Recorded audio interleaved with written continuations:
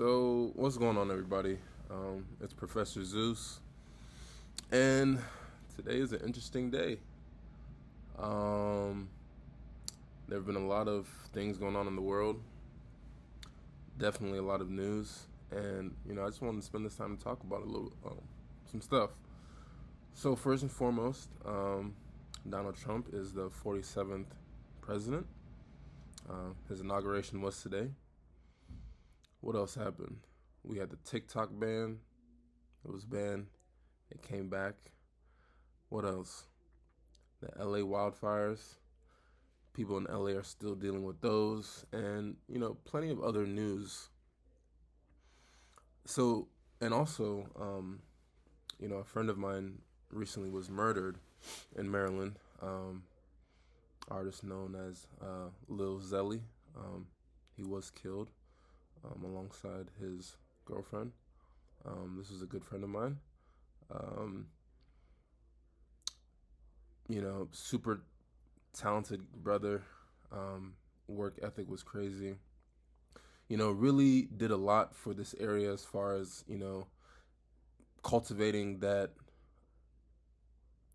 kind of work ethic that an artist needs to gain recognition, even though I feel like he didn't get the recognition he deserves. So I just want to give a shout out to, my friend. He was a good friend to myself, my brothers, the family. So may his soul rest in peace. 2025 is has started off at a interesting cusp, or an interesting start to say. And I think it's safe to say that there's no need to panic. There's no need to fret. Um, Life,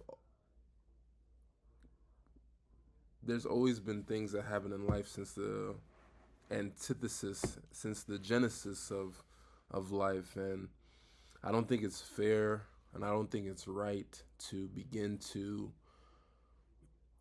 you know, be scared of the unknown. Something that I've been practicing myself is, I'm just taking things as they go, and you can only control what you can control. So, I see a lot of people on the timeline saying, oh, Elon Musk is, he did a hand gesture to look like Nazis, and Donald Trump is, rounding immigrants up and different things like that. And I don't know what else to say, but it's interesting. Like, we're living in interesting times, and I still think personally that 2025 will be a good year. I don't think it's going to be easy though. I think there's going to be plenty of things that will come up that may or may not affect each of us personally, each of us on a global scale. But I really think that we need to see how everything plans out, and whether or not you're a fan of this new administration that's coming, it's here. You have to find a way to deal with it if you didn't really like it, if you didn't vote for it. If you did vote for it, whichever pathway you chose, um, don't feel like oh, different things are happening. I don't know what to do. You know, just don't be scared. Not even don't be scared, but try to look at the positive in everything. Um, Literally, there's been just so much uncertainty with like everything, and now I know Trump, he had signed an executive order for all federal remote workers to come back to the office like immediately. But so many federal employees work remote that were hired during the pandemic and things like that, who aren't even local to the DMV area. So who knows what that's going to look like? I mean, the wording for the executive order was so vague.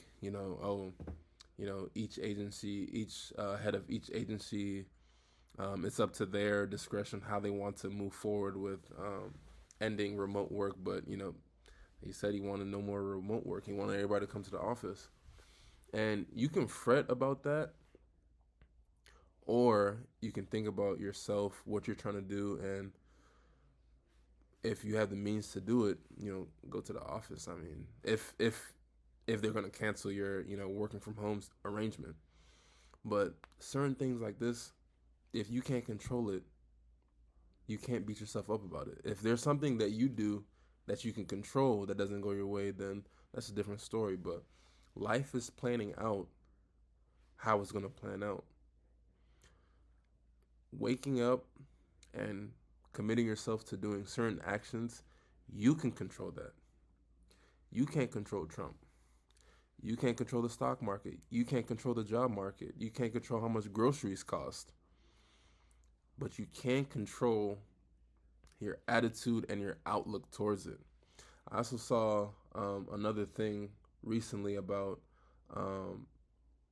that there's people not wanting to have children as much, right? I get the argument. Some people are saying having children is a luxury now, but I'm a firm believer in, you know, anything that happens to you is because divine intervention states that you are capable of going through it. And I'm a firm believer of family creation, having kids, because if we don't have kids, then what is the world going to look like in a few years, right? If there's no more kids, then society just stops.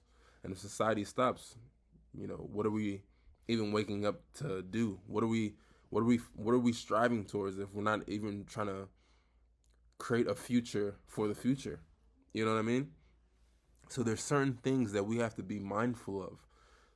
First and foremost is having a mindful mental. Your attitude is how you approach every single thing. Like, I wake up, I take a deep breath, I do my prayer, I work out, and the thing that I always say, something that I want you guys to take away, is the fact that you woke up means that you have the opportunity to try again. What you do with that opportunity when it's time to try again is completely up to you. But you have the opportunity to try again. Just like you went to sleep and woke up, somebody went to sleep and then didn't wake up. So you have that opportunity. You have that means to do something that somebody else can't do. So what are you going to do with that opportunity? Are you going to squander it? Or are you going to actually try to make some of yourself? The world is always changing. The world is always full of challenges. But you can't let that hinder you. You can't let that stop you from doing what needs to be done. So always just keep that in mind. If you wake up, if you go to sleep and you wake up, you have the opportunity to try again.